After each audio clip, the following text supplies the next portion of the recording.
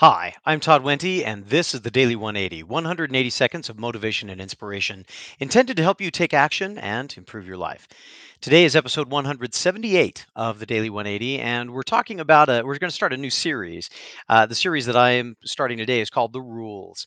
Now, for those of you who don't have rules or you don't like rules, well, maybe this is going to be a little bit of an eye opener for you. A few years back, I was watching a television show. It was a show that my family and I enjoyed greatly called NCIS.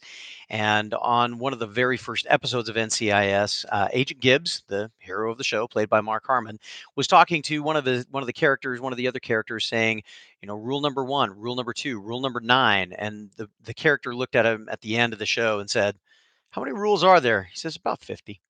And then the elevator doors closed on the two characters, and we go away. Now, throughout the show, throughout NCIS's run, there were lots of rules that were shared along the way, but it got me thinking. One of the things that he revealed in that thing is that if somebody didn't have a series of rules, then you really couldn't tell what they stood for and whether or not they had any integrity. The rules that they had, they needed to live by themselves. That was the demonstration.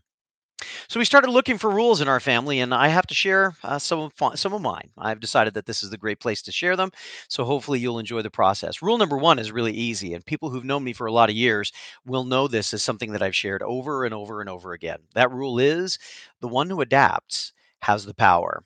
When you find yourself in a new situation, when you find yourself going to a new job or to a new school, to some kind of a new environment where you are not involved, the reality is that people around you have power. They have the ability to tell you when you should go home, when you should go to work, when you should take a break, where you should go for lunch, all of those kinds of things. They have the ability to tell you. And so they have some measure of power. But as time goes on, each of us finds ourselves developing new information. We take the information that we're provided on day one, and it helps us make changes to the way that we handle things for day two. We learn who the right people are to contact for certain kinds of information and who might get in our way of being able to take certain kinds of action.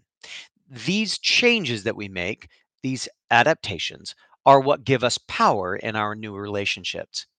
If you want to have power in a place of work, in a series of relationships, if you want to have power over anything in your life, you'll need to adapt.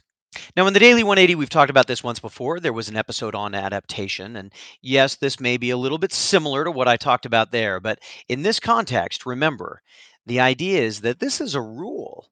The one who adapts has the power.